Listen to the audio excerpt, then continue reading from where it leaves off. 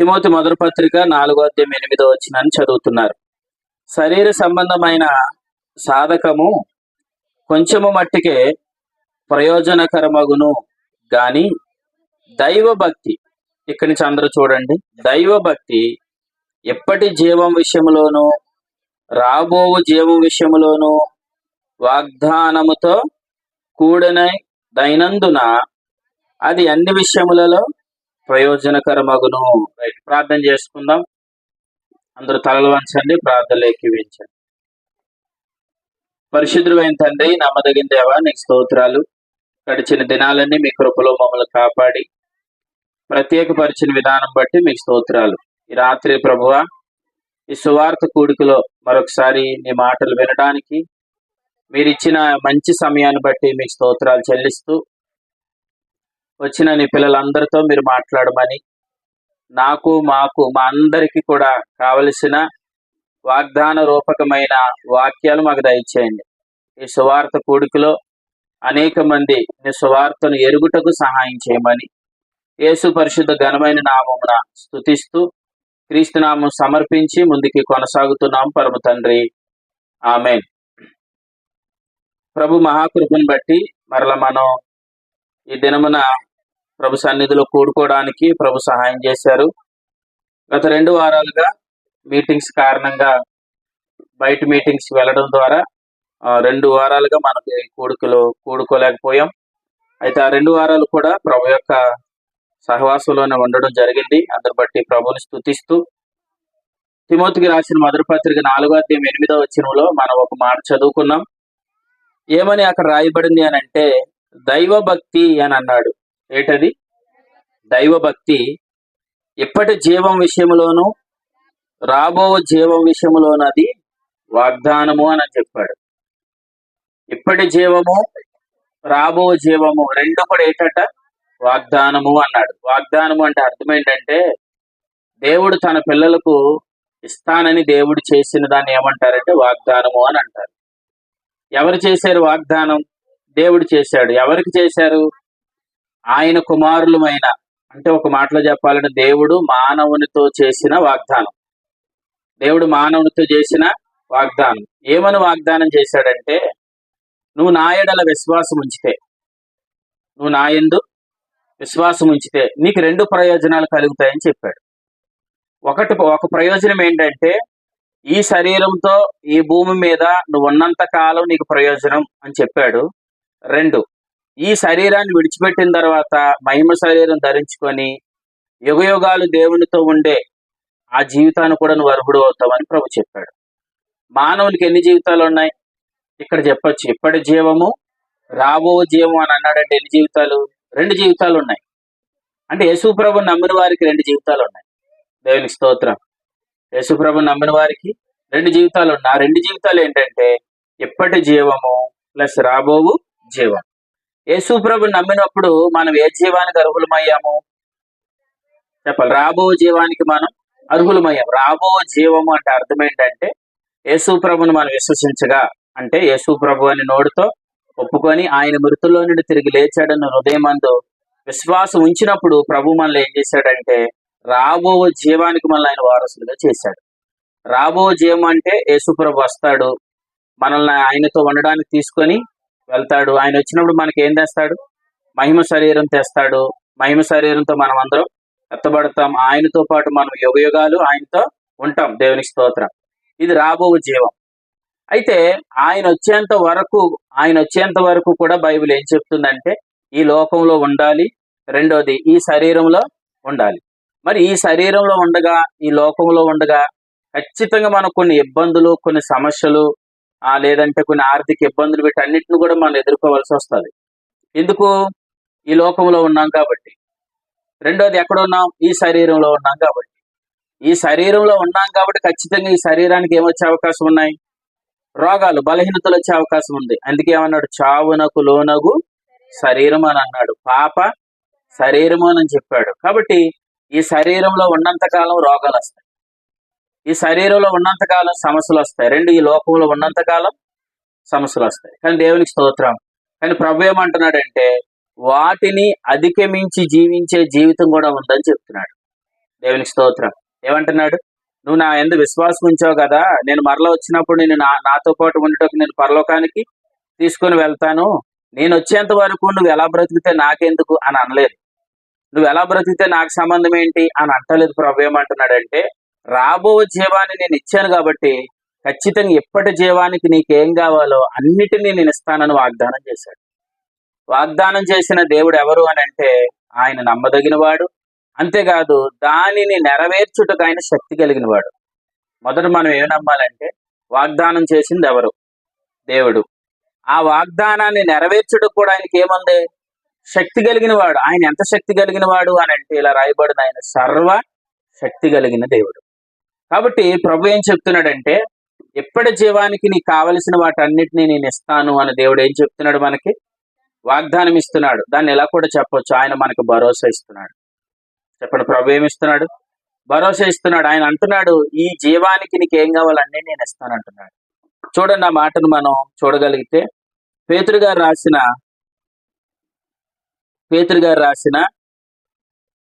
మొదటి పత్రిక 1వ అధ్యాయం 3వ వచనం.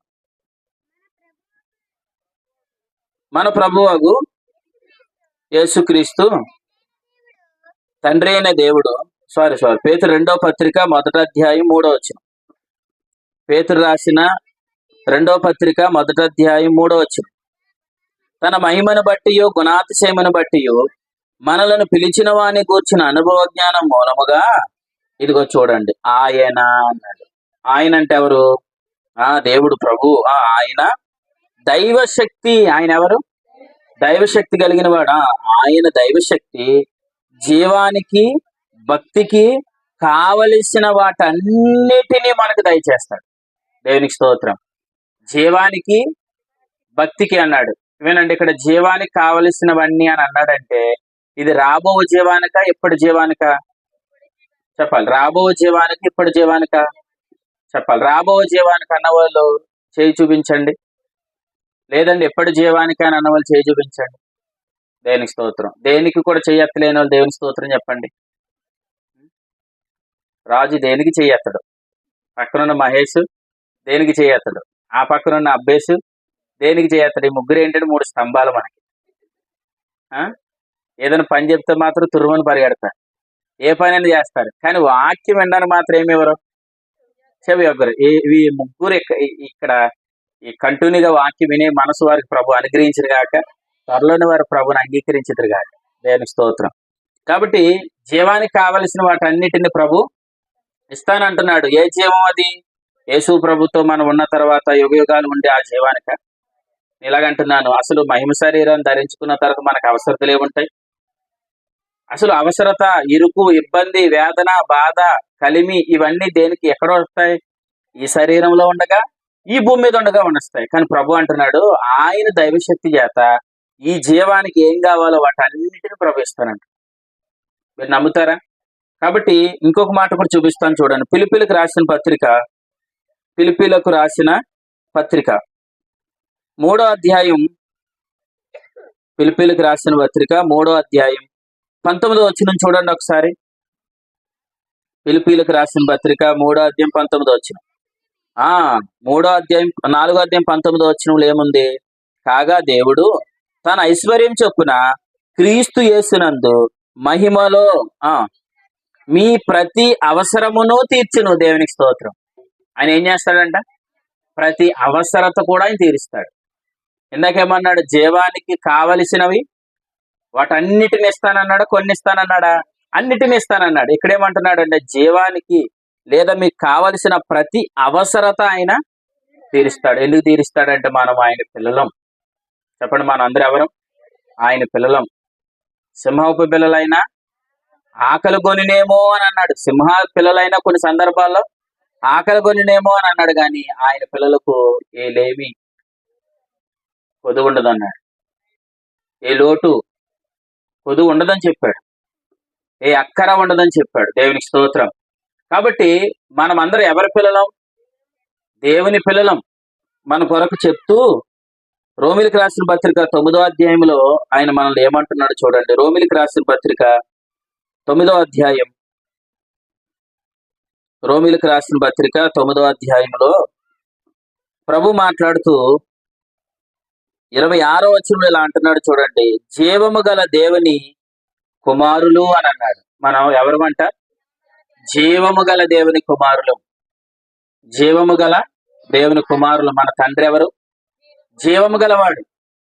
మనం అందరం ఎవరు? జీవము గల దేవుని కుమారులు. దేవునికి స్తోత్రం. అందుకే ప్రభు అంటున్నాడు, జీవానికి కావలసిన వాటన్నిటి నేను ఇస్తాను, మీ క్రీస్తులో మీ ప్రతి అవసరత తీరుస్తాను అంటున్నాడు. ఎందుకంటే రాబో జీవానికి మళ్ళీ ఆయన ఏం చేశాడు? అర్హులుగా చేశాడు. ఇప్పుడు మనం ఇప్పటి జీవము, ఈ జీవితానికి కావలసిన వాటన్నిటిని మనం పొందుకోవాలి. ఈ జీవానికి కావలసిన వాటన్నిటిని మనం పొందుకోవాలి. ఎలా పొందుకుంటాము అని అంటే, మనం ఎప్పుడైతే దేవునికి కుమారులం అయ్యామో, యేసు ప్రభుని నమ్మి విశ్వాసం ఉంచి నీతిమంతులకు ఎప్పుడైతే తీర్చబడ్డామో, కుమారులకు ఎప్పుడైతే మనం చేయబడ్డామో, మనకు కావలసిన వాటన్నిటిని, సమస్తాన్ని దేవుడు మన ప్రభు అయిన యేసుక్రీస్తు ప్రభుల వారిలో ఉంచాడు. అర్థమైందండి? మనకు కావలసినవన్నీ ఎవరిలో ఉన్నాయి? యేసు ప్రభులో ఉన్నాయి. నీకు కావలసినవన్నీ ప్రభులో ఉన్నాయి. నాకు కావలసినవన్నీ ప్రభులో ఉన్నాయి. ఆ మాటను మనం చూస్తే ఎఫెసీ పత్రిక 1వ అధ్యాయం 10వ వచనంలో చెప్తున్నాడు ఆ మాట. చూడండి, ఎఫెసీ పత్రిక 1వ అధ్యాయం, ఎఫెసీలకు రాసిన పత్రిక 1వ అధ్యాయం 10వ వచనం చూడండి.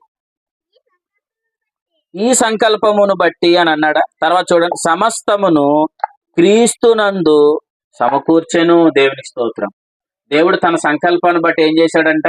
సమస్తము ఎవరిలో ఉంచాడు? క్రీస్తులో ఉంచాడు. సమస్తము క్రీస్తులో ఉంచాడు. ఇప్పుడు చెప్పండి, ఆ క్రీస్తులో ఉన్నవన్నీ ఎవరివి? మనవే. దేవునికి స్తోత్రం.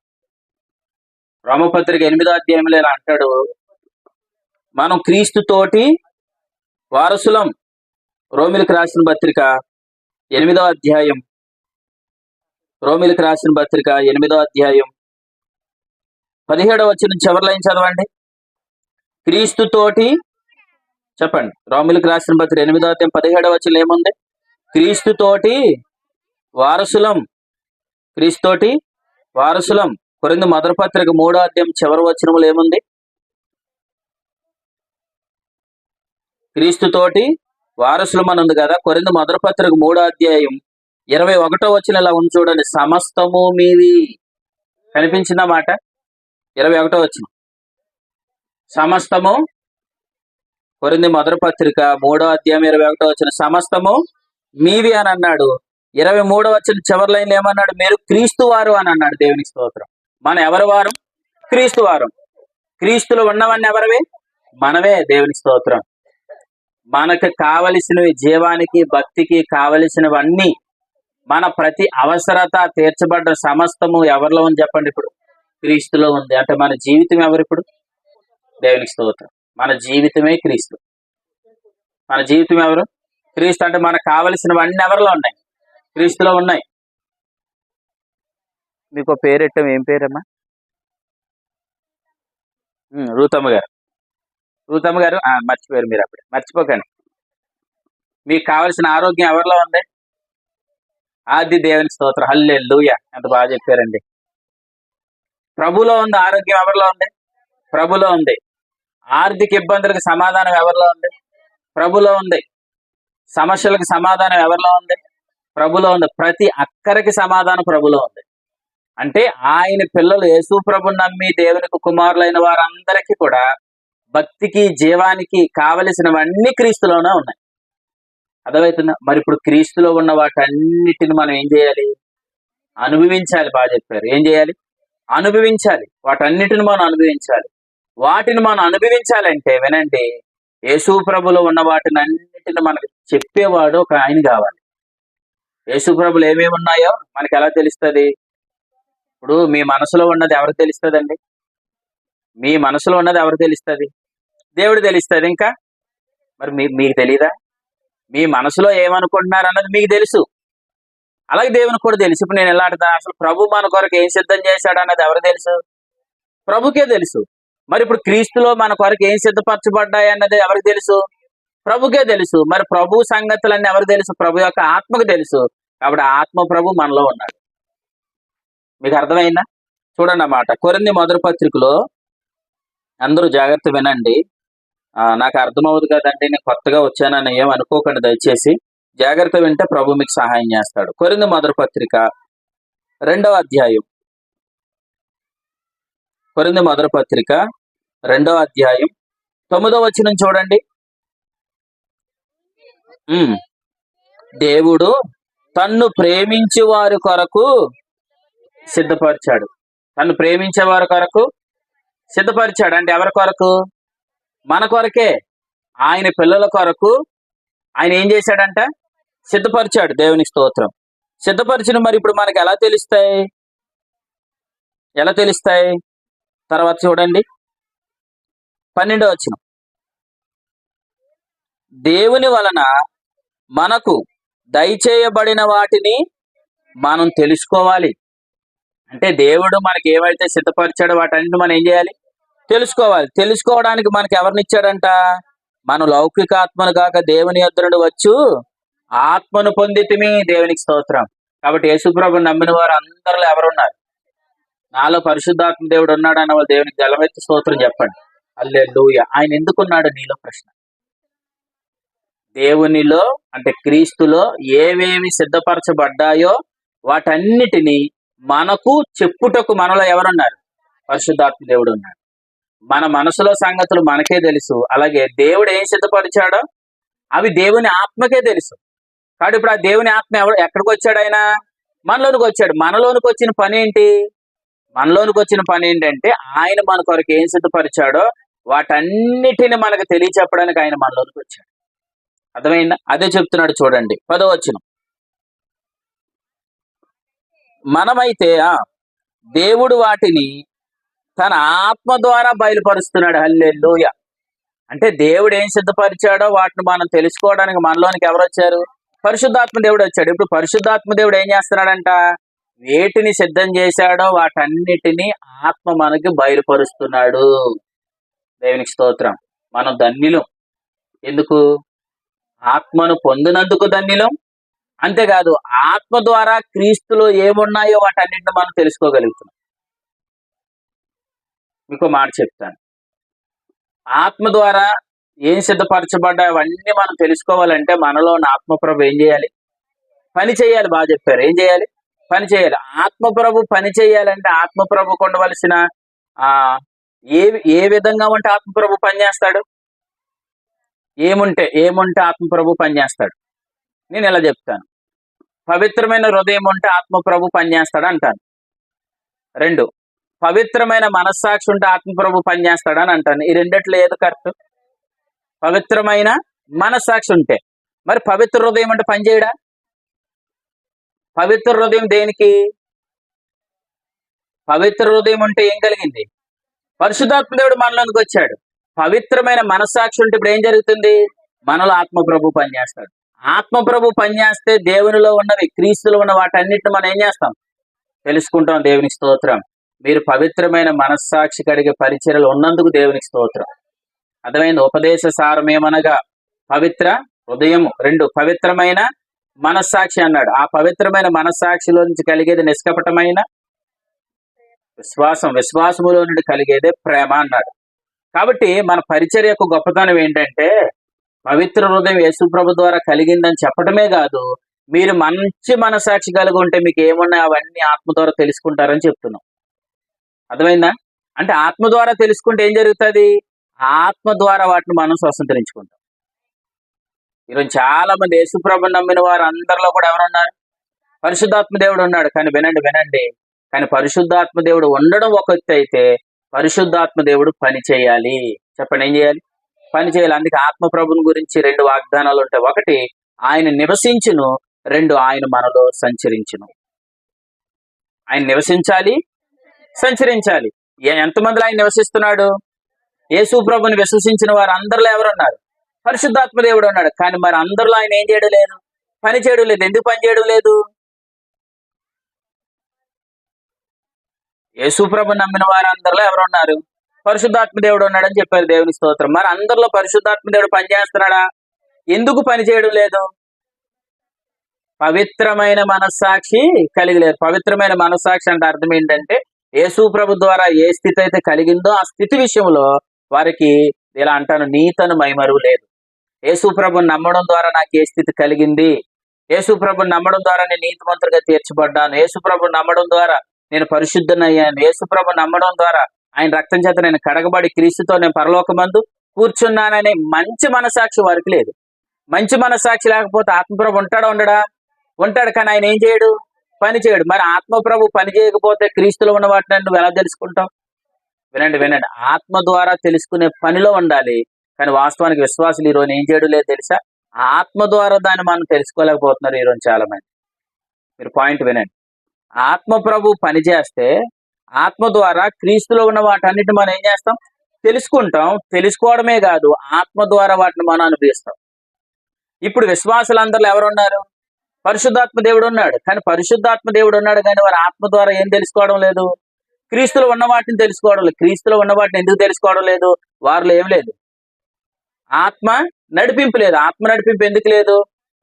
మంచి మనస్సాక్షి లేదు. మరి మంచి మనస్సాక్షి లేకపోతే క్రీస్తులో ఉన్న వాటిని తెలుసుకుంటారా? తెలుసుకోరు. క్రీస్తులో ఉన్న వాటిని తెలుసుకోకపోతే మరి ఇప్పుడు జీవం అనే వాగ్దానాన్ని ఎలా పొందుకోవాలనుకుంటారు? ఏదో చేసి పొందుకోవాలనుకుంటారు. ఏదో చేసి పొందుకోవాలనుకున్న ప్రయత్నంలో వినండి ఆచారాల్లోనికి వెళ్తారు. దాన్ని ఎలా అంటారు? ఆచార సంబంధమైన భక్తి అని అంటారు. క్రీస్తులో ఉన్న వాటిని ఆత్మ ద్వారా తెలుసుకున్నవాడు ఏం చేస్తారు? ఆత్మ ద్వారా స్వతంత్రించుకుంటాడు. ఆత్మ ద్వారా స్వతంత్రించుకోవలసిన వాటిని ఈరోజు చాలా మంది ఏం చేస్తున్నారంటే ఆచారాల ద్వారా వాటిని స్వతంత్రించుకోవాలనుకుంటున్నారు. అది జాగ్రత్త, ఎక్కడి నుంచి వినండి. ఒకసారి చూద్దాం. కొరింథీ 2వ పత్రిక. మనకు కావలసినవన్నీ ఎవరిలో ఉన్నాయి? క్రీస్తులో ఉన్నాయి. వాటిని మనకి ఎవరు చెప్తారు? పరిశుద్ధాత్మ దేవుడు చెప్తాడు. ఇప్పుడు ఆత్మ ద్వారా వాటిని మనం ఏం చేయాలి? స్వతంత్రించుకోవాలి, అనుభవించాలి. కొరింథీ 2వ పత్రిక 3వ అధ్యాయం 18వ వచనం చదవండి. కొరింథీ 2వ పత్రిక 3వ అధ్యాయం 18వ వచనం. మనమందరమును ముసుగులేని ముఖముతో ప్రభు యొక్క మహిమను అద్దము వలె ప్రతిఫలింపజేసి మహిమ నుండి అధిక మహిమను పొందుచు, ఇది ఈ మాట చూడండి, ప్రభువగు ఆత్మ చేత వాటిని మనం స్వతంత్రించుకుంటాం. చెప్పండి, ప్రభువగు ఆత్మ చేత వాటిని మనం ఏం చేస్తాం? స్వతంత్రించుకుంటాం. ఇలా చెప్పండి, ప్రభు యొక్క ఆత్మ ద్వారా మనం ఏం చేస్తాం? స్వతంత్రించుకుంటాం. ప్రభు యొక్క ఆత్మ చేత ఎప్పుడు స్వతంత్రించుకుంటాం? ఆత్మ ద్వారా క్రీస్తులో ఉన్న వాటన్నిటిని మనం తెలుసుకున్నప్పుడు. ఆత్మ ప్రభు మనకి ఎప్పుడు చెప్తాడు? మంచి మనస్సాక్షి ఉన్నప్పుడు. మంచి మనస్సాక్షి ఎప్పుడు కలుగుతుంది? మంచి మనస్సాక్షి ఎలా కలుగుతుంది? మంచి పరిచర్యకి వెళ్ళడం ద్వారా, మంచి సహవాసంలోనికి వెళ్ళడం ద్వారా మంచి మనస్సాక్షి కలుగుతుంది. మంచి మనస్సాక్షి కలిగితే ఆత్మ ప్రభు పనిచేస్తాడు. ఆత్మ ప్రభు పనిచేస్తే క్రీస్తులో ఉన్న వాటన్నిటిని మనకు చెప్తాడు. క్రీస్తులో ఉన్న వాటన్నిటిని మనకి చెప్పడమే కాదు, ఆత్మ ద్వారా వాటిని మనం ఏం చేస్తాం? స్వతంత్రించుకుంటాం. ఇప్పుడు నేను ఎలా అంటున్నాను, ఇప్పుడు మనకు మంచి మనస్సాక్షి లేదు అంటే క్రీస్తులో మంచి మనస్సాక్షి క్రీస్తు ద్వారా జరిగిన స్థితిని మనం నమ్మడం లేదు. నమ్మకపోతే క్రీస్తులో ఉన్న వాటిని మనం తెలుసుకుంటామా? తెలుసుకోకపోతే ఆ జీవాన్ని వాగ్దానాన్ని మనం ఎలా పొందుకోవాలనుకుంటాం? నేనేదో చేసి దాన్ని పొందుకోవాలనుకుంటాం. నేనేదో చేసి పొందుకోవాలనుకున్న ప్రయత్నంలో ఆత్మ ద్వారా పొందుకోవలసిన వాటిని ఆచారాల ద్వారా పొందుకోవాలని అనుకుంటాం. అందుకే ఈరోజు క్రైస్తవ్యంలో విశ్వాస మూలముగా జీవించే వాళ్ళ సంఖ్య కన్నా ఆచార భక్తి చేసే వాళ్ళు ఎక్కువ మంది ఉన్నారు. అర్థమైందా? ఆచారాలు ఎందుకు వచ్చాయి? వినండి, ఆచారం అంటే అర్థం ఏంటంటే మత సంబంధమైన కార్యక్రమాల ద్వారా క్రీస్తులో ఉన్న వాటిని పొందుకోవాలని అనుకుంటున్నారు. అంటే ఎప్పటి జీవం అనే వాగ్దానాన్ని ఎలా పొందుకోవాలనుకుంటున్నారు? నేనేదో చెయ్యాలి అని అన్నదాన్ని ఎలా చెప్పండి? దాన్ని ధర్మశాస్త్రం అనొచ్చా?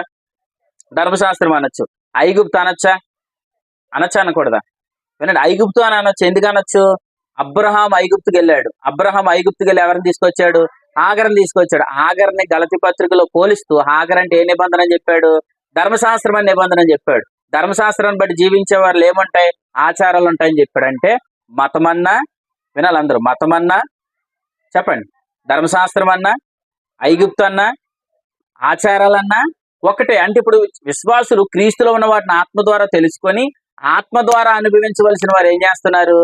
ఆచారాల ద్వారా లేదా శరీరం ద్వారా ఏదో వాళ్ళు చేసి లేదా ధర్మశాస్త్రం ద్వారా ఐగుప్తుకి దిగి వాటిని వాళ్ళు ఏం చేయాలనుకున్నారు? మతం ద్వారా వాటిని పొందుకోవాలనుకున్నారు. అందుకే ఈరోజు 40 దినాలు ఉపవాస దినాలు ఎందుకు వచ్చాయి? మీ చర్చిలో 40 దినాలు చేస్తారండి అని అంటున్నారు. మొన్న ఒక ఆయన, పేరు చెప్పను కానీ అప్పుడే చెల్లికి అర్థమైపోయింది. మీరు 40 దినాలు చేస్తారా అని అడిగారు. నాకు అప్పుడు నవ్వు వచ్చింది. 40 దినాలు అనేవి ఎందుకు వచ్చాయి? ఆచారం ఎందుకు? ఈరోజు చాలా మంది బయట ఉన్న వాళ్ళు ఏం చేస్తున్నారు? 40 దినాలు చేస్తున్నారు. ఆ 40 దినాలు ఇప్పుడు ఎక్కడ తెచ్చుకున్నారు? సంఘంలోనే తెచ్చుకున్నారు. అర్థమైందా? బయట వాళ్ళ ఆచార సంబంధమైన వస్త్రధారణ, ఇప్పుడు అదే వస్త్రాలు ఎక్కడికి వచ్చాయి? సంఘంలోనికి వచ్చాయి. అంటే లోకంలో ఉన్న వాటన్నిటిని ఇప్పుడు ఎక్కడ తెచ్చుకున్నారు? సంఘంలోకి. ఎందుకు తెచ్చుకున్నారు? అంటే ఈ రకమైన మతం లేదా ఇటువంటి ఆచారాలు ఇవి చేస్తే నేను ఆ ప్రభువులో ఉన్న వాటిని ఇప్పటి జీవాన్ని నేను ఏం చేసుకుంటాను, అనుభవిస్తానన్న ఉద్దేశంలోనికి వెళ్ళిపోయి వీళ్ళు ఎక్కడ దిగిపోయారు? ఆచారంలోకి. చెప్పండి, ఆచారంలో దిగారు. ఇంకో మాట చెప్పండి. ధర్మశాస్త్రంలోకి దిగారు. ఇంకొక మాట చెప్పండి. ఐగుప్తుకు దిగారు. నేను ఎలా అంటున్నాను? ఐగుప్తులోనికి ఆచారాల్లోనికి దిగితే సమస్యలు పెరుగుతాయా, సమస్యలు తగ్గుతాయా? వినండి, సమస్యలు పెరుగుతాయి. ఎందుకు? ఆచారాల ద్వారా జీవాన్ని ఎప్పుడు ఎవరు స్వతంత్రించుకోలేరు. ఐగుప్తులోనికి వెళ్ళి నువ్వు క్షేమాన్ని పొందలేవు. ఇప్పుడు ఉదాహరణకండి, అబ్రహాముతో దేవుడు ఏం చెప్పాడు అని అంటే, ఐగుప్తుకి వెళ్ళొద్దని చెప్పాడు అబ్రహాముతో. కానీ అబ్రహాం ఎక్కడికి వెళ్ళాడు? కరువు రాగానే ఎక్కడికి వెళ్ళాడు? ఐగుప్తుకి వెళ్ళాడు. ఒక మాట చూద్దాం. ఆదికాండములోనికి రండి. మీరు శ్రద్ధగా వింటే రాత్రి దేవుడు మీ మనోనేత్ర తెరిచును గాక. అంతే, ప్రభువైన యేసు నామములో. ఆదికాండం. రూతమ్మ గారు వెళ్ళిపోకండి, మీ దగ్గరకు వస్తాను ఇప్పుడు మరలా. కూర్చోండి. ఆదికాండం 12వ అధ్యాయం. దేవుని స్తోత్రం. మీరు వెళ్ళరు, మీరు వాక్యం వినండి చాలు. ఆదికాండం 12వ అధ్యాయంలో తీసారమ్మా. ఆదికాండం 12వ అధ్యాయం మొదటి వచనం చదవండి. యెహోవా అబ్రహాముతో చెప్తున్నాడు, నువ్వు లేచి నీ దేశము నుండి, నీ ప్రజల యొద్ద నుండి, నీ తండ్రి ఇంటి నుండి నువ్వు బయలుదేరి వెళ్ళని చెప్తూ 2వ వచనంలో ఇలా అన్నాడు, నేను నిన్ను ఆశీర్వదిస్తాను, నిన్ను గొప్ప జనముగా చేస్తాను, నీలో నుంచి గొప్ప జనాంగం వస్తారు, భూమి యొక్క సమస్త వంశములు నీ యందు ఏమవుతాయి? ఆశీర్వదించబడతాయి. ఇది వాగ్దానమా కాదా? వాగ్దానం. గలతీ పత్రికలు అన్నాడు ఇది సువార్త అని చెప్పాడు. అంటే అబ్రహాముకి దేవుడు వాగ్దానం ఇచ్చాడు, నీకు కావలసినవన్నీ నేను మెరిసి ఏమన్నాడు? నీకు కావలసినవన్నీ నేను ఇస్తానన్నాడు. ఇప్పుడు అబ్రహాముతో కూడా ఏం చెప్పాడు? నీకు కావలసినవన్నీ నేను ఇస్తాను, నీ క్షేమాన్ని చూసుకుంటాను, నీలో నుండి ఒక గొప్ప జనాంగాన్ని బయట తీసుకొస్తానని చెప్పాడు. మరి వాగ్దానం చేసిన వాడు ఖచ్చితంగా దాన్ని ఏం చేస్తాడు? నెరవేరుస్తాడు. మరి నెరవేర్చడానికి ఇప్పుడు అబ్రహాము కష్టం వచ్చినా, బాధ వచ్చినా, ఇరుకు వచ్చిన, ఇబ్బంది వచ్చినా ఎవరు చూడాలి? ప్రభువే చూడాలి. ఇప్పుడు అబ్రహాంకి ఏం జరిగిందంటే కష్టకాలం వచ్చింది. కష్టకాలం ఏంటి? కరువు వచ్చింది. కరువు రాగానే ఏం చేశాడు చూడండి. పదో వచనం. అప్పుడు అబ్రహాము ఏం చేశాడు? అప్పుడు ఆ దేశంలో కరువు వచ్చింది కనుక ఆ దేశంలో కరువు భారముగా ఉన్నందున అబ్రహాము, చెప్పండి, ఎక్కడికి వెళ్ళాడు? ఐగుప్తు దేశానికి వెళ్ళాడు. ఎందుకు వెళ్ళాడు ఐగుప్తు దేశానికి? కరువు వచ్చింది. నేను ఎలా చెప్తున్నాను, కరువు వచ్చిందని ఎందుకు భయపడ్డాడు? కరువు వచ్చిందని బాగా చెప్పారు. దేవుడు పోషించలేడేమో. నేను ఎలా చెప్పనా? వాగ్దానం ఇచ్చిన దేవుడు దాన్ని నెరవేరుస్తాడు. దాన్ని నెరవేర్చేంత వరకు ఆగలేదు అబ్రహాం. ఆగడం అనేసి ఏం చేయడు? కరువు రాగానే నేనేదో చచ్చిపోతానేమో అన్న భయం వేసి ఎక్కడికి వెళ్ళిపోయాడు? ఐగుప్తుకి దిగిపోయాడు. ఐగుప్తుకి ఎప్పుడైతే దిగాడో వినండి, అబ్రహాముకి ఎక్కడ లేని సమస్యలన్నీ అబ్రహాముకి వచ్చాయి. అర్థమైందా? ఇప్పుడు వాస్తవానికి అసలు ప్రారంభంలో పిలిచినప్పుడు ఏమని పిలిచాడు? నిన్ను ఒక గొప్ప జనాంగంగా నేను చేస్తానన్న. మరి గొప్ప జనాంగంగా చేస్తానని వాగ్దానం ఇచ్చి పిలిచిన వాడు కరువులో పోషించడా? అంటే మరి రాబో జీవానికి వారసుగా చేసిన వాడు ఎప్పటి జీవానికి ఇస్తాడు? ఎవడా? ఖచ్చితంగా ఇస్తాడు. అసలు నీకు రాబో జీవం ఎలా కలిగింది? నీ సామర్థ్యంతో పొందుకున్నావా? నీకు నీతి ఎలా కలిగింది? నీ కష్టంతో పొందుకున్నావా? నువ్వు పరలోకానికి అర్హుడు ఎలాగయ్యావు? నీ కష్టంతోనా? చెప్పండి. ఆచారాలు చేశారా? నువ్వు దేవుని బిడ్డ ఎలాగయ్యావు? ఆచారాలు చేశారా? లేదు. మన దేవుని బిడ్డలు ఎలాగయ్యాం? నీతిమంతులు ఎలాగయ్యాం? పరలోకానికి అర్హులం ఎలాగయ్యాం?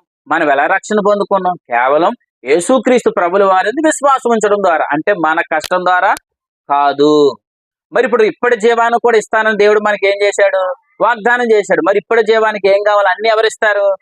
ఆయన ఇస్తాడని నువ్వు ఓర్పు కలిగి ఉండలేకపోతున్నావు. అది అర్థమైంది. ఇప్పుడు అబ్రహాము చేసిన తప్పు ఏంటంటే పిలిచిన వాడే ఖచ్చితంగా నన్ను ఏం చేస్తాడు? పోషిస్తాడని అక్కడే నిలబడితే అబ్రహాం ఐగుప్తుకి దిగడు. కానీ అబ్రహాం ఏం చేశాడు? వాగ్దానాన్ని మర్చిపోయి ఐగుప్తుకి వెళ్తే నేను క్షేమంగా ఉంటాను కదా అని దిగిపోయాడు ఐగుప్తుకి. ఐగుప్తు అంటే ఏంటి? ధర్మశాస్త్రం. ఆగరు ఇలా అన్నాడు, దాన్ని ఆచారము అని అన్నాడు. అంటే ఇప్పుడు అబ్రహాం ఎక్కడ దిగాడు? ఆచార సంబంధమైన భక్తిలో దిగాడు. ఆ భక్తిలో దిగగానే అబ్రహాముకి ఏం కలిగాయి? కష్టాలు కలిగాయి. మీకు మాట చెప్పనా, చంపేస్తారేమో అన్న భయం కూడా అబ్రహాము కలిగింది. ఆ రాజు, అక్కడ ఉన్న ఆ రాజు, ఐగుప్తు రాజు చంపేస్తాడేమో అన్న భయం కూడా ఎవరు కలిగింది? అబ్రహాము కలిగింది. వినండి, అబ్రహాం ఐగుప్తుకి దిగకూడదు. ఎందుకు దిగకూడదు? వాగ్దానం చేసిన దేవుడు నమ్మదగిన వాడు, ఖచ్చితంగా దాన్ని ఏం చేస్తాడు? నెరవేరుస్తాడన్న విషయాన్ని అబ్రహాం ఏం చేయలేదు, తెలుసుకోలేకపోయాడు. నేను ఇలా మాట చెప్తాను, సేమ్ ఇదే తప్పు. అబ్రహాము కుమారుడు ఎవరు? ఇస్సాకు. బాగా చెప్పారు, ఇస్సాకు. ఆ ఇస్సాకుతో దేవుడు ఏమన్నాడు తెలుసా? ఇదిగో ఇస్సాకు, నువ్వు మాత్రం ఐగుప్తుకి దిగకు అని చెప్పాడు. ఎక్కడ దిగకు? ఐగుప్తుకి దిగకు. ఇదిగో నువ్వున్న స్థలంలోనే నువ్వు నిలబడు. నువ్వున్న స్థలంలో నువ్వు నిలబడు. కరువైనా, ఇబ్బంది అయినా, వ్యాధి అయినా, బాధ అయినా, ఏదైనా సరే నువ్వు నిలబడు, నేను నీకు సహాయం చేస్తానని చెప్పాడు. అర్థమైందా? నువ్వు నిలబడితే నేను నీకు ఏం చేస్తాను? సహాయం చేస్తాను అన్నాడు. అని ఏం చెప్పాడు? ఐగుప్తులోనికి దిగకు. ఐగుప్తులోకి దిగకంటే అర్థం ఏంటి? ధర్మశాస్త్రంలోకి దిగకు. ధర్మశాస్త్రం అంటే ఏంటి? ఆచార సంబంధమైన భక్తిలోనికి నువ్వు దిగద్దని చెప్పాడు. చూడండి, చెప్పిన ఆయన ఏం చేశాడు? ఆదికాండం 26వ అధ్యాయం. ఆదికాండము 26వ అధ్యాయం. ఆదికాండం 26వ అధ్యాయం మొదటి వచనం చదవండి. అబ్రహాము దినములలో వచ్చిన మొదటి కరువు గాక మరలా ఏమొచ్చింది? మరొక కరువు వచ్చింది. అప్పుడు ఆ దేశమందు అప్పుడు ఇస్సాకు గెరారులో ఉన్న ఫిలిస్తీయుల రాజైన అబీమెలెకు నద్దకు వెళ్ళాను. రెండవ వచనం చదవండి. అక్కడ యెహోవా అతనికి ప్రత్యక్షమై, వినండి వినండి, ఇస్సాకుతో అంటున్నాడు, నువ్వు మాత్రం ఐగుప్తునకు వెళ్ళొద్దు అని అన్నాడు. నువ్వు మాత్రం ఎక్కడికి వెళ్ళకు? ఐగుప్తుకి వెళ్ళొద్దు. చెప్పండి రెండోది. ఎక్కడికి వెళ్ళకూడదు? ఐగుప్తులోనికి వెళ్ళకూడదు. ఐగుప్తు అంటే ఏంటి? ఆచార సంబంధమైన భక్తిలోనికి వెళ్ళొద్దు అని చెప్తున్నాడు ఇస్సాకుతో. మరి ఇప్పుడు ఇస్సాకు ఇలా అంటాడు, మరి ప్రభు ఇంత కరువు ఉంది కదయ్యా, మరి ఇంత కరువులో మరి నా పరిస్థితి ఏంటి? ఇంత కష్టం ఉంది కదా, మరి కష్టంలో నా పరిస్థితి ఏంటి? మరి నాకు ఇంత రోగం ఉంది కదా, ఈ రోగంలో నా పరిస్థితి ఏంటి? మరి చాలా మంది ఇలా అంటున్నారు, ఇదిగో నువ్వు ఇన్ని వారాలు చేస్తే బాగుపడతావు అంటున్నారు. చాలా మంది అంటున్నారు 40 రోజులు వారాలు చేస్తే నువ్వు బాగుపడతావు అని చెప్తున్నారు కదా ప్రభువా. మరి ఆచార సంబంధమైన భక్తి చేయకపోతే ఏం కలగదంటున్నారు. ఖచ్చితంగా ఇది చేయాలి, అది చేయాలి, అది చూడాలి, ఇది చూడాలి అని అంటున్నారు కదా. మరి ఇవన్నీ నేను చెయ్యాలి కదా ప్రభు అని ఒకవేళ ఇస్సాకు అడుగుండొచ్చు. కానీ ఇస్సాకుతో ప్రభు అన్నాడు, నువ్వు మాత్రం ఐగుప్తులోనికి దిగకు. మరి నాకు ఇప్పుడు కరువు ఉంది కదా ప్రభు అంటే ఆయన అన్నాడు, ఈ కరువులో నేను నిన్ను పోషిస్తాను. అర్థమైందా? ఈ కరువులో నిన్ను ఏం చేస్తాను? పోషిస్తానన్న ఏం చేశాడు చూడండి. 12వ వచనం చదవండి. ఇస్సాకు ఆ దేశమందున్నవాడే దేవునికి స్తోత్రం. ఇస్సాకు ఎక్కడ ఉన్నాడు? ఆ దేశంలో ఉన్నాడంటే ఎక్కడికి దిగలేదు? వెరీ గుడ్, ఐగుప్తుకి దిగలేదు. ఇంకా ఆచారం సంబంధమైన భక్తిలోనికి దిగలేదు. ఇంకా దేని బట్టి జీవించలేదు? ధర్మశాస్త్రాన్ని బట్టి జీవించే అనుభవంలోనికి వెళ్ళలేదు. ఎక్కడున్నాడు? ఆ దేశమందున్నాడు. ఆ దేశమందు అంటే విశ్వాసాన్ని మాత్రమే ఆధారం చేసుకున్నాడు, విశ్వాసాన్ని మాత్రమే నమ్ముకున్నాడు, ఆయన వైపు మాత్రమే చూశాడు, మరొక వైపు చూడలేదు. ప్రభు వైపు మాత్రమే చూశాడు. ఆయన చెప్పిన మాట ప్రకారం ఆ దేశంలోనే నిలిచున్నాడు. కానీ వినండి, అక్కడ అంతా కరువు ఉంది. కానీ ఇస్సాకుకి దేవుడు ఎటువంటి అనుభవాన్ని ఇచ్చాడు చూడండి. ఆ దేశమందున్నవాడే విత్తనము వేసి, చదవండి 12వ వచనం ఏముంది? ఇస్సాకు ఆ దేశమందున్నవాడే విత్తనము వేసి ఆ సంవత్సరం నూరంతల ఫలము పొందెను. యెహోవా అతన్ని ఏం చేశాడు? ఆశీర్వదించెను గనుక ఆ మనుషుడు గొప్పవాడయ్యాను. తర్వాత అతడు మిక్కిలి గొప్పవాడగు వరకు క్రమక్రమంగా అతడు అభివృద్ధి చెందెను. హల్లెలూయా. ఇస్సాకు ఆ దేశంలో దేవుని మాట చొప్పున నిలబడ్డాడు. ఆచార సంబంధమైన భక్తి వైపు తిరగలేదు, ధర్మశాస్త్ర సంబంధమైన జీవితం వైపుకి వెళ్ళలేదు, ఐగుప్తులోనికి దిగలేదు. ఆయన చెప్పిన మాట ప్రకారంగానే నిల్చున్నాడు. ఎందుకు? వాగ్దానం చేసిన దేవుడు నమ్మదగినవాడు. వాగ్దానం చేసిన దేవుడు నమ్మదగినవాడు, పిలిచినవాడు నమ్మదగినవాడు. ఖచ్చితంగా ఆయన నాకు న్యాయం చేస్తాడు. ఈ ఉదయకాలం ప్రభు ఇచ్చిన వాగ్దానం ఏంటో తెలుసా? దేవుడు అన్యాయం చేయుట అసంభవం. దేవుడు అన్యాయం చేయుట అసంభవం. ఆయన నీతిని బట్టి న్యాయము తీర్చువాడు. నీతిని బట్టి ఏం తీరుస్తాడు?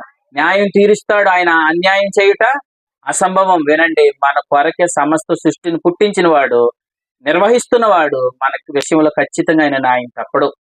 నీకు ఏదైతే వాగ్దానం చేశాడో దాన్ని ఖచ్చితంగా దేవుడు నెరవేరుస్తాడు. కానీ నువ్వు మాత్రం వినండి, ఆయన ఎక్కడ నిలవబడమన్నాడో అక్కడ నిలబడండి, ఎక్కడ ఉండమన్నాడో అక్కడే ఉండండి. ఏమన్నాడు? తగిన కాలం వచ్చేంత వరకు ఆయన బలిష్టమైన రెక్కలు, ఆ బలిష్టమైన రెక్కలే విశ్వాసం, ఆ బలిష్టమైన రెక్కలే కృప, ఆ బలిష్టమైన రెక్కలే నూతన నిబంధన. మీరు రెక్కల నీడలోంచి తప్పిపోవడం అంటే అర్థం ఏంటంటే మీరు ఐగుప్తులోనికి దిగడం.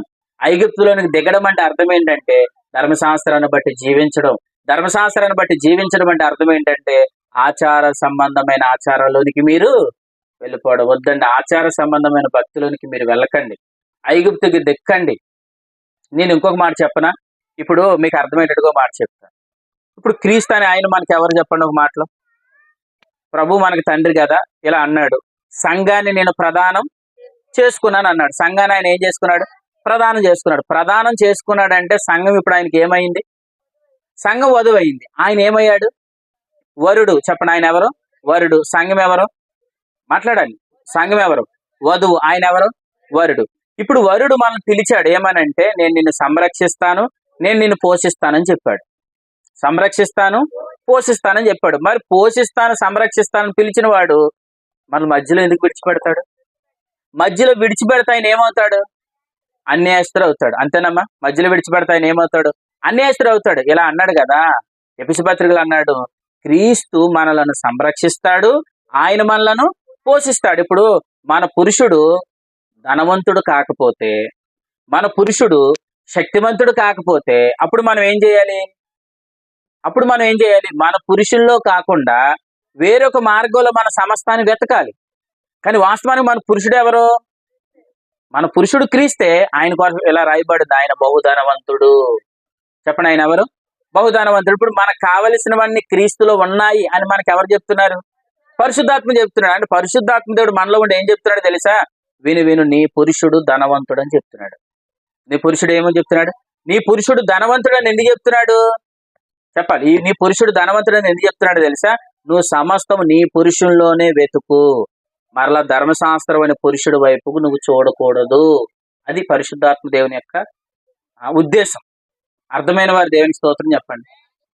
చూడండి, ఇలా రాశాడు. ఏమని రాశాడు? రోమిలికి రాసిన పత్రిక, ఐగుప్తు అంటే హాగరు, ధర్మశాస్త్రం, ఆచార సంబంధమైన భక్తి, ఆచారాలు, వీటన్నింటిని ఉద్దేశించి చెప్తున్నాడు. రోమిలికి రాసిన పత్రిక 7వ అధ్యాయం చూడండి. రోమిలికి రాసిన పత్రిక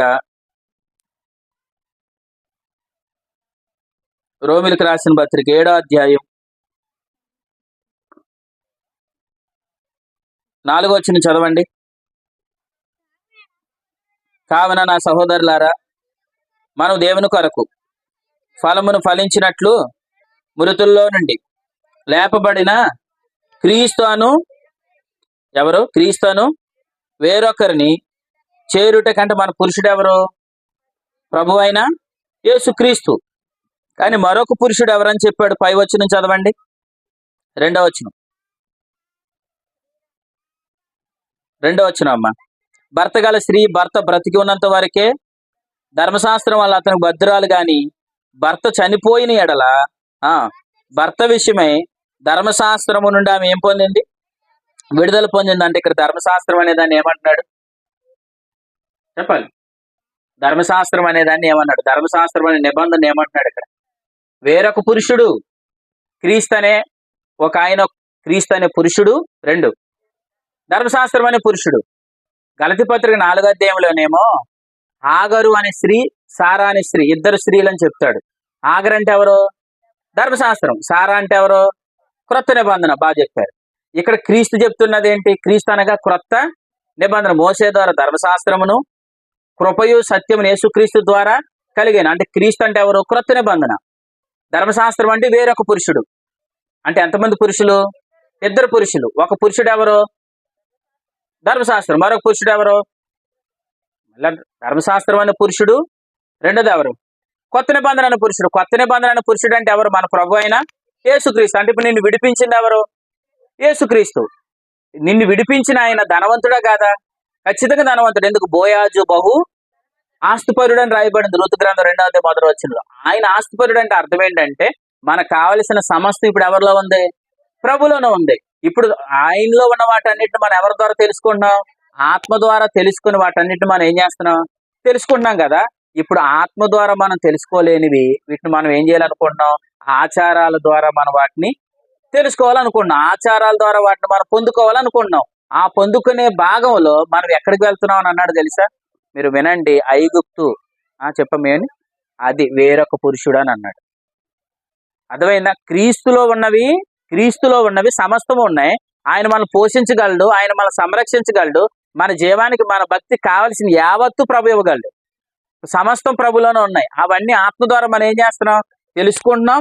ఆత్మ ద్వారా వాటిని మనం స్వతంత్రించుకుంటున్నాం.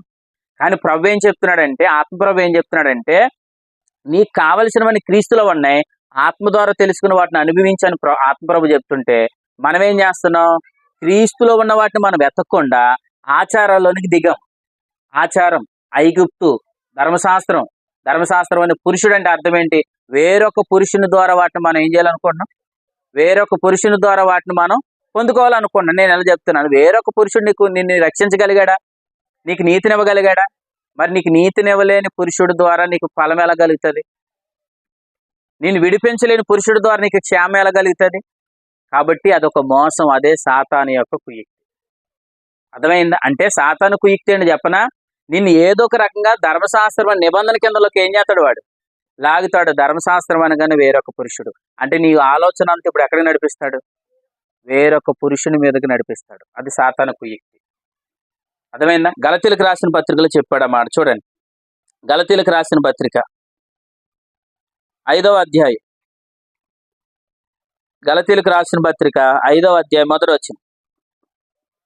ఈ స్వాతంత్రం అనుగ్రహించి క్రీస్తు మనల్ని ఏం చేశాడు? స్వతంత్రులుగా చేశాడు. కాబట్టి మీరు స్థిరముగా నిలిచి మరలా ఎక్కడికి వెళ్ళకండి? ధర్మశాస్త్రం అనే కాడి కిందకి మీరు వెళ్ళకండి. ఎందుకంటే ధర్మశాస్త్రం అనేది ఒక పురుషుడు. అతని ద్వారా నీకేం కలగదు? క్షేమం కలగదు. కానీ నువ్వు క్రీస్తులో ఉన్న వాటన్నిటిని ఆత్మ ద్వారా తెలుసుకో. ఎందుకంటే క్రీస్తులు ఏమన్నాయి? సమస్తము. నీకు కావలసినవన్నీ నీ పురుషుడైన క్రీస్తులోనే ఉన్నాయి. ఆయనకి వేరుగా నువ్వు దేన్ని పొందుకోలేవు. చెప్పండి, క్రీస్తుకి వేరుగా దేనిని మనం పొందుకోలేము. మన సమస్తం ఇప్పుడు ఎవరిలో వెతకాలి? ఇలా అనండి, మా పురుషుడు అనండి. ఆ పురుషుల్లోనే సమస్తం ఉన్నాయి. క్రీస్తులో ఉన్నాయి తప్ప క్రీస్తుకి వేరుగా ఏదీ లేదు. నువ్వు ఆచారం ద్వారా, ఆచార సంబంధమైన భక్తి ద్వారా ఐగుప్తుకి దిగి ధర్మశాస్త్రాన్ని బట్టి నేనేదో చేసి వాటిని పొందుకోవాలని నువ్వు అనుకుంటే నీకు తెలియకుండానే నీ ఆలోచన వేరొక పురుషుని మీదకి వెళ్తుంది. ఆ పురుషుడే ధర్మశాస్త్రం. అర్థమైందా? కానీ ప్రభు ఏం చెప్తున్నాడంటే, అబ్రహాం ఎక్కడ దిగాడు? ఐగుప్తు దిగాడు. అంటే ఎక్కడికి వెళ్ళాడు? ఆగర్ దగ్గరికి వెళ్ళాడు. ఆగర్ అంటే ఎవరు? ఆగర్ అంటే ధర్మశాస్త్రం. ఆల్రెడీ అప్పటికి అబ్రహాంకి ఏమైంది? వివాహమైంది. వివాహమైన భార్య ఎవరు?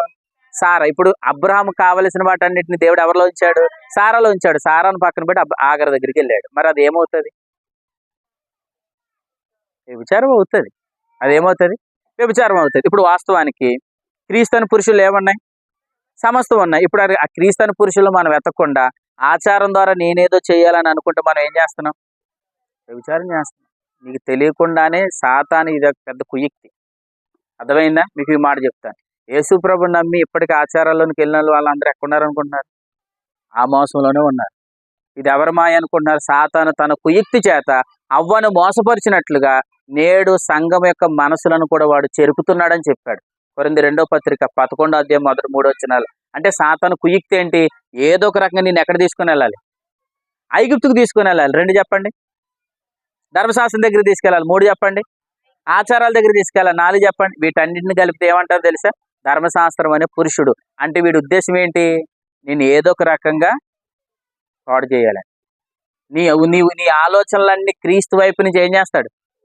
తప్పిస్తాడు. కాబట్టి వినండి, మీరు ఆత్మ ద్వారా తెలుసుకునే ప్రయత్నమే చేయుదురుగాక. కాబట్టి సంఘములతో ఆత్మ చెప్పుచున్న మాట చెబుగలవాడు వినుగాక. అంటే అర్థం ఏంటి? సంఘముతో ఎప్పుడు ఎవరు మాట్లాడాలి? పరిశుద్ధాత్మదేవుడు ఎవరి గురించి మాట్లాడతాడు?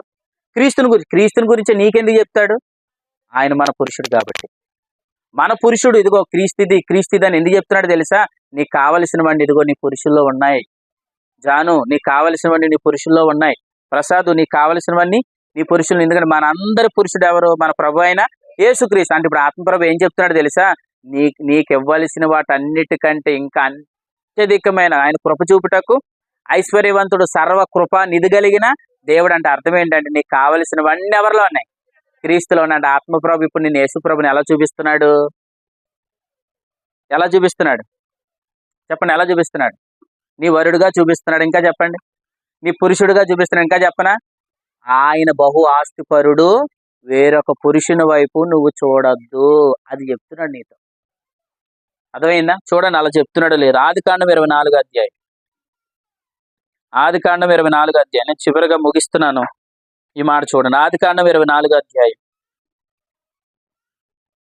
ఆదికాండము 24 అధ్యాయం.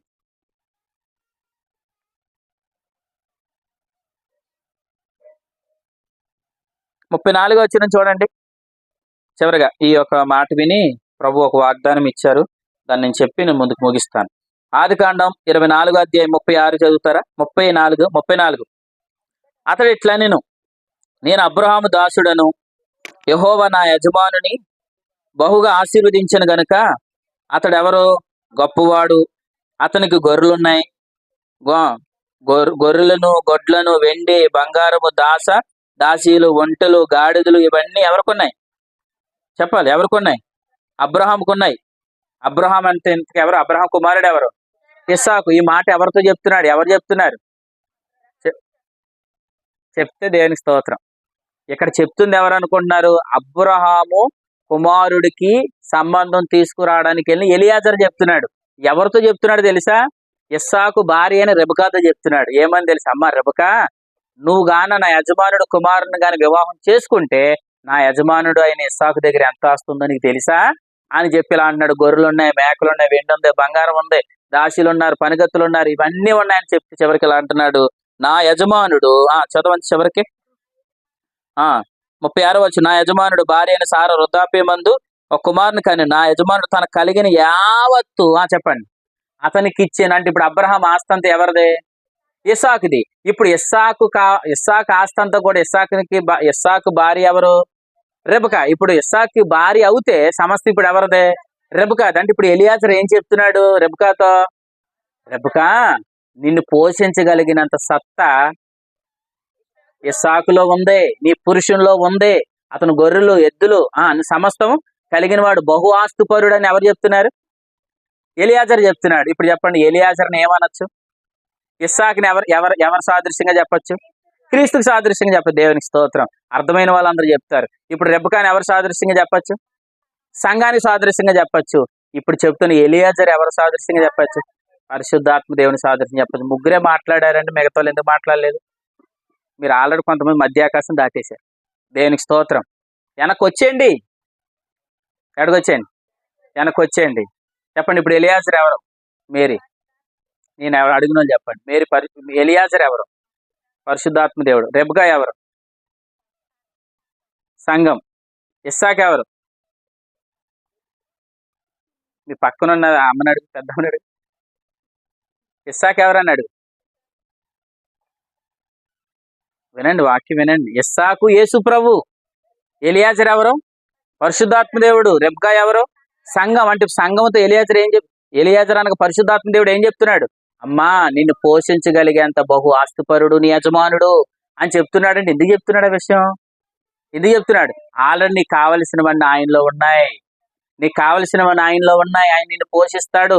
నీ భక్తికి, నీ జీవానికి కావలసినవన్నీ ఆయనలో ఉన్నాయి. కాబట్టి నువ్వు వేరొక పురుషుని వైపు చూడొద్దు. అది వేరొక పురుషుని వైపు నువ్వు చూడదు. ఎందుకంటే నిన్ను పోషించేంత సామర్థ్యత నీ పురుషునిలో ఉన్నది అని పరిశుద్ధాత్మ దేవుడు చెప్తున్నాడు. అంటే ఇప్పుడు సంఘం ఇప్పుడు ఎవరి వైపు చూడాలి?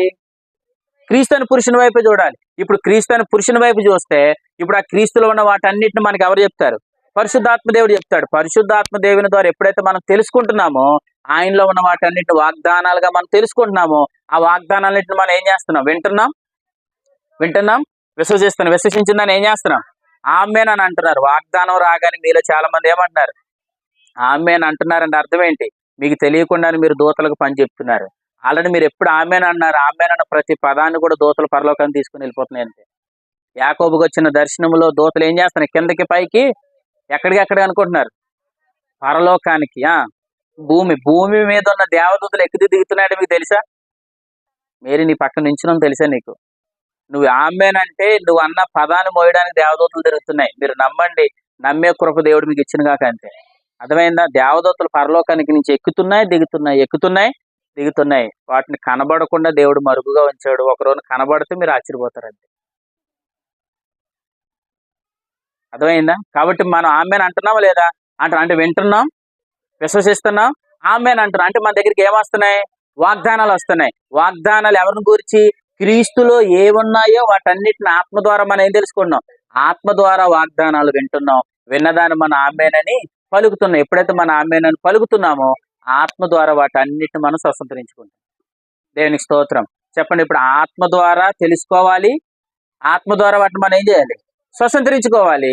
కానీ ఆచారాల ద్వారా మనం వాటిని పొందుకోవాలనుకుంటే క్రీస్తును పురుషుని విడిచి వేరొక పురుషుని మనం చేరినట్టు. దాన్ని ఏమన్నాడు తెలుసా? అది భయంకరమైన పాపంతో దాన్ని చెప్పాడు. అర్థమైందా? కాబట్టి మనకు కావలసినవన్నీ ఎవరిలో ఉన్నాయి? క్రీస్తులో ఉన్నాయి. ఎవరి ద్వారా తెలుసుకోవాలి? ఆత్మ ద్వారా తెలుసుకోవాలి. ఆత్మ ద్వారా తెలుసుకోవాలి. ఆత్మ ద్వారా వాటన్నిటిని మనం ఏం చేయాలి? స్వతంత్రించుకోవాలి. ఆచారాల ద్వారా పొందుకోవాలనుకుంటే అది ఎప్పటికీ నీ సొంతం కాదు. చెప్పండి, అది ఎప్పటికీ నీ సొంతం కాదు. కానీ చివరిగా నేను ఒక మాట చెప్తున్నాను, అందరి మాట వినండి. ఈ వాగ్దానం వినండి అందరూ. ఇప్పటి జీవంలో మనం ఏ విషయంలో ఓడిపోతున్నా, ఇప్పటి జీవంలో ఏ విషయంలో మనం ఇబ్బంది పడుతున్నా, ఎవరు ఎదుట మనం ఓడిపోయినా, కానీ వినండి, ఇప్పటి జీవం అనే వాగ్దానాన్ని ఆత్మ ద్వారా మనం స్వతంత్రించుకుంటే పరిశుద్ధాత్మ దేవుడు ఇలా రాయించాడు వినండి, ఎక్కడ మనం ఓడిపోయామో అక్కడ ఖచ్చితంగా మనల్ని గెలిపిస్తాడు. అర్థమైనా? ఎవరు ఎదుట మనం ఓడిపోయామో వారి ఎదుట దేవుడు మనల్ని ఘనంగా నిలబెడతాడు. మీరు నమ్మండి. ఎందుకంటే ఆత్మప్రభు ఇలా రాయించాడు, మరణం ఒకప్పుడు మనల్ని ఏలింది. మరణం ఏం చేసింది? ఒకప్పుడు మనల్ని మరణం ఏలింది. కానీ వినండి, ఇప్పుడు అదే మరణం మీద ప్రభు మనకు విజయాన్ని ఇచ్చాడు. చూస్తారా మాట?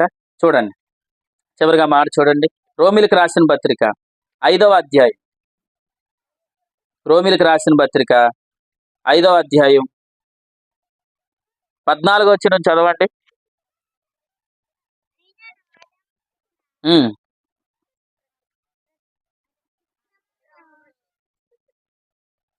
ఇలా రాయబడింది, ఆదాము మొదలుకొని మోసే వరకు మరణము ఏలేనండి. ఏలెను అంటే ఎవరు వెళ్తున్నారు? మరణం వెళ్తుంది. చెప్పండి, ఏమి వెళ్తుంది? మరణం వెళ్తుందంటే మనం ఏమైనట్టు? మరణం వెళ్తుందంటే మనం ఏమైనట్టు అంటే మనం ఓడిపోయాం. మరణం విషయంలో ఏమయ్యాం? ఓడిపోయాం. అంటే ఒకప్పుడు ఏమేలింది? మరణం వేలింది. ఇప్పుడు మనందరం ఏమయ్యాం? ఓడిపోయాం కదా. ఈ విషయంలోనే దేవుడు మనకి ఏమి ఇచ్చాడు చూడండి. కొరింథీయులకు రాసిన మొదటి పత్రిక 15వ అధ్యాయం చివరికి మాట చూడండి. కొరింథీ మొదటి పత్రిక 15వ అధ్యాయం 57వ వచనం చూడండి.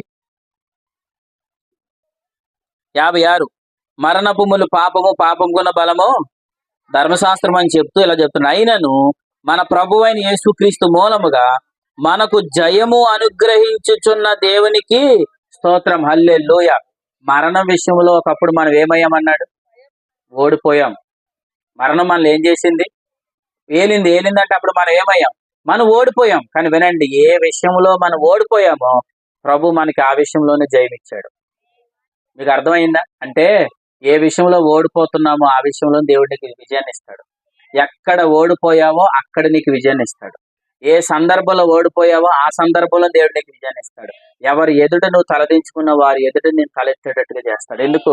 ఏ మరణానికైతే ఒకప్పుడు మనం ఓడామో ఇప్పుడు దాని విషయంలోనే దేవుడు మనకి విజయాన్ని ఇచ్చాడు. అర్థమైందా? ఇది మీరు గట్టిగా నమ్మండి. త్వరలోనే ఖచ్చితంగా ప్రభు సమస్తాన్ని ప్రభు జరిగిస్తాడు. యోప్తా అనే ఒక ప్రవక్తని, ఒక న్యాయాధిపతి అయిన యోప్తాని ఏం చేశారు తెలుసా? మా ప్రాంతంలో నుండి వద్దు, మా ఇంట్లో నుండి వద్దు, మా గ్రామంలో నుండి వద్దు అని బయటకు ఆయన త్రోలివేశారు. యోప్తాన్ని త్రోలివేస్తే వినండి, అతను వేరే ప్రాంతానికి వెళ్ళి అక్కడ నివసిస్తుంటే మరలా ఏ ప్రజలైతే నెట్టివేశారో మరలా ఆ ప్రజలే యోప్తా దగ్గరికి వచ్చారు. వచ్చి శత్రువులు మా మీదకి యుద్ధానికి వస్తున్నారు, వారిని మేము జయించలేకపోతున్నాం, నువ్వు మా మధ్యలోనికి రా, మాకు సహాయం చేయి, మమ్మల్ని అందరినీ కాపాడు, ఇశ్రాయేల్ ప్రజలందరినీ కాపాడు అని అడుగుతారు. అప్పుడు యోప్తా అంటాడు, నన్ను కాదని నెట్టివేశారు కదా, ఆ ఊరి నుంచి నన్ను తోలివేశారు కదా, ఆ మనుషుల యొద్ద నుండి నన్ను తోలివేశారు కదా అంటే అప్పుడు అంటారు వాళ్ళు, లేదు లేదు లేదు, ఏ మనుషులు ఎదుటైతే నేను మిమ్మల్ని తోసివేశామో, ఏ స్థలము నుండి అయితే నేను నిరాకరించామో ఆ స్థలములోనే ఆ వ్యక్తుల ముందే వారి ఎదుటే మేము న్యాయాధిపతిగా చేస్తున్నామని అంట. దేనికి స్తోత్రం. అంటే ఏ స్థలంలో యోప్తా ఓడిపోయాడో ఆ స్థలంలోని దేవుడు మరణ న్యాయాధిపతిగా దేవుడు చేశాడు. కాబట్టి రాత్రి ప్రభు చెప్తున్నాడు, మరణ విషయంలో ఒకప్పుడు మనం ఓడాం, కానీ ప్రభు ద్వారా మనకు విజయం కలిగింది. అంటే ప్రభులా చెప్తున్నాడు, ఎక్కడ ఓడావో నీకు అక్కడ విజయాన్ని ఇస్తాడు. ఎవరు ఎదుట ఓడావో వారి ఎదుట దేవుడు మనకే విజయాన్ని ఇస్తాడు. కాబట్టి మీరు జీవాన్ని స్వతంత్రించుకోండి. జీవాన్ని ఏం చేయండి? స్వతంత్రించుకోండి. జీవాన్ని స్వతంత్రించుకోవాలంటే, జీవమను వాగ్దానాన్ని మీరు పొందుకోవాలంటే వినండి, ఆత్మ ద్వారా తెలుసుకోండి, ఆత్మ ద్వారా స్వతంత్రించుకోండి. ఆత్మకు వేరుగా, క్రీస్తనకు పురుషునికి వేరుగా మీరు పొందుకునే ప్రయత్నం చేస్తే, ఐగుప్తుకి దిగితే, ధర్మశాస్త్రానుసారంగా మీరు జీవిస్తే, చెప్పండి ఎలా అన్నాడు, మీరు వేరొక పురుషుని యొద్దకు, అంటే ధర్మశాస్త్రం అనే పురుషునితో మనకేం లేదు, సంబంధం లేదు. ఎందుకంటే ధర్మశాస్త్రం అనే ప్రభుత్వంలో నుండి క్రీస్తు మనల్ని ఏం చేశాడు? మనల్ని విడిపించాడు. ఇప్పుడు రూతుని విడిపించింది ఎవరు? బోయాజు. రూతుకి ఫలం ఇవ్వగలిగింది ఎవరు? బోయాజే. అసలు బోయాజు సమస్త ఆస్తికి ఎవరు వారసురాలు అయ్యారు? రూతేనండి. మీరు ఓర్పుతో ఎదురు చూడండి, ప్రభు ఖచ్చితంగా మనకు సహాయం చేస్తాడు. ఎందుకంటే పిలిచిన వాడు నమ్మదగిన వాడు. కాబట్టి మీరు ఎవరు ఐగుప్తుకు దిగకుందురు గాక. అర్థమైంది? మీరు అక్కడ దిక్కండి, ఐగుప్తుకు దిక్కండి. క్రీస్తు అనే పురుషుని తప్ప వేరొక పురుషునితో మనకు సంబంధం సమస్తం ఎవరిలో ఉన్నాయి? క్రీస్తులో. నా సమస్తం ఎవరు చెప్తారు? ఆత్మ. ప్రభు చెప్తున్నాడు. ఆత్మ ద్వారా వాటిని మనం ఏం చేయాలి? తెలుసుకోవాలి. అర్థమైంది? ఎలియాజర్ ఇస్సాకు రెబ్కాతో ఏం చెప్పాడు? ఇస్సాకు ఎంత ఆస్తిపరుడో చెప్పాడు. ఇప్పుడు ఖచ్చితంగా రెబ్కాకి ఏం పుట్టింది? ఆశ పుట్టింది. సమస్తాన్ని రెబ్కా ఏం చేసి స్వతంత్రించుకుందా లేదా? కాబట్టి అటువంటి స్వతంత్రించుకునే అనుభవం దేవుడు మనందరికి అనుగ్రహించిన గాక. అటువంటి కృప రాత్రి మీకు అందరికి ప్రభు దయచేయను గాక. ఆమేన్. తల వంచండి, ప్రార్థన. ఈ రాత్రి ప్రభు నాతో మాట్లాడారు అన్నవారు హృదయపూర్వకంగా ప్రభుకి స్తోత్రాలు చెల్లించండి. ప్రభు నిన్ను ఎక్కడ నిలవమంటున్నారు? ఎక్కడ నిన్ను వెతుక్కోమంటున్నాడు ప్రభు ఈ రాత్రి ఇలా చెప్తున్నారు. ఇప్పటి జీవము, రాబో జీవము, ఈ రెండు వాగ్దానాలు ప్రభు మనకి ఇచ్చాడు. రాబో జీవానికి అందరూ ప్రార్థన చేయాలి, దయచేసి ఎవరు మాట్లాడకండి. రాబో జీవానికి నిన్ను ప్రభు వారసునిగా చేశాడు. ఇప్పటి జీవము అనే ఆ వాగ్దానాన్ని మనం స్వతంత్రించుకోవాలి, అనుభవించాలి. ఆ జీవాన్ని మనం అనుభవించడానికే పరిశుద్ధాత్మ దేవుడు మనలోనికి ప్రవేశించాడు. ఆయన మనలో కుమ్మరించబడ్డాడు. ఆత్మ ద్వారా క్రీస్తులో ఉన్న వాటన్నిటిని మనం తెలుసుకుని, ఆత్మ ద్వారా వాటన్నిటిని మనం స్వతంత్రించుకొని అనుభవించాలన్నదే దేవుని యొక్క సంకల్పం. క్రీస్తులో ఉన్నవన్నీ కూడా మనవే, క్రీస్తులో ఉన్న సమస్తము మనదే. ఆత్మ ద్వారా మనకు తెలియపరచడానికి పరిశుద్ధాత్మ ప్రభు మనలోనికి వచ్చారు. ఆత్మ ద్వారా తెలుసుకోవాల్సిన మనం ఆచారాల ద్వారా వాటిని పొందుకోవాలనే ప్రయత్నం చేస్తే, మనం ఐగుప్తులోనికి దిగుతున్నామని, ఐగుప్తులోనికి దిగిన అబ్రహాం ఎటువంటి నష్టం ఎదుర్కొన్నాడో ప్రభు ఈ రాత్రి చెప్పారు. ఐగుప్తులోనికి దిగద్దు ఇస్సాకు, నువ్వు ఈ దేశంలోనే, నువ్వు ఉన్న చోటనే స్థిరంగా ఉండు అని ఇస్సాకుతో చెప్పినప్పుడు ఇస్సాకు ఎలాగా విత్తనం విత్తి 100 ఫలాన్ని పొందాడో ప్రభు ఈ రాత్రి మనకు చెప్పారు. అవును, ప్రభు మనల్ని నిరాశపరిచేవాడు కాదు. ప్రభు మనలను అనాథగా విడిచిపెట్టేవాడు కాదు. నేను మిమ్మల్ని అనాథలుగా విడవనని ప్రభు చెప్పాడు. క్రీస్తు యేసులో మీ ప్రతి అవసరత నేను తీరుస్తానని ప్రభు చెప్పారు. జీవానికి కావలసిన వాటన్నిటిని అనుగ్రహిస్తానని ప్రభు చెప్పారు. ప్రభువా, నువ్వు నమ్మదగిన దేవుడు నాయనా. మేము ఏ విషయంలో ఒకప్పుడు ఓడామో ఇప్పుడు ఆ విషయంలోనే నువ్వు మాకు విజయాన్ని ఇచ్చావు. మేము నమ్ముతున్నాం, ఎవరు ఎదుటైతే మేము ఓడామో వారి ఎదుట మీరు మాకు విజయాన్ని ఇవ్వబోతున్నారు. ఏ స్థలంలో మేము ఓడామో ఆ స్థలంలోనే మీరు మాకు విజయాన్ని ఇవ్వబోతున్నారు. నువ్వు నమ్మదగిన దేవుడు ప్రభువా. ప్రతి వాగ్దానాన్ని మా జీవితంలో మీరు నెరవేరుస్తున్నారు. యోప్తాని కాదని నెట్టివేసిన ప్రజలు, యోప్తాని వద్దనుకున్న గ్రామం మరలా ఒకరోజు యోప్తాని కావాలని, అయ్యా ప్రభువా నన్ను యోప్తా దగ్గరికి వచ్చి, అయ్యా ప్రజలు బతిమలాడుతున్నారు.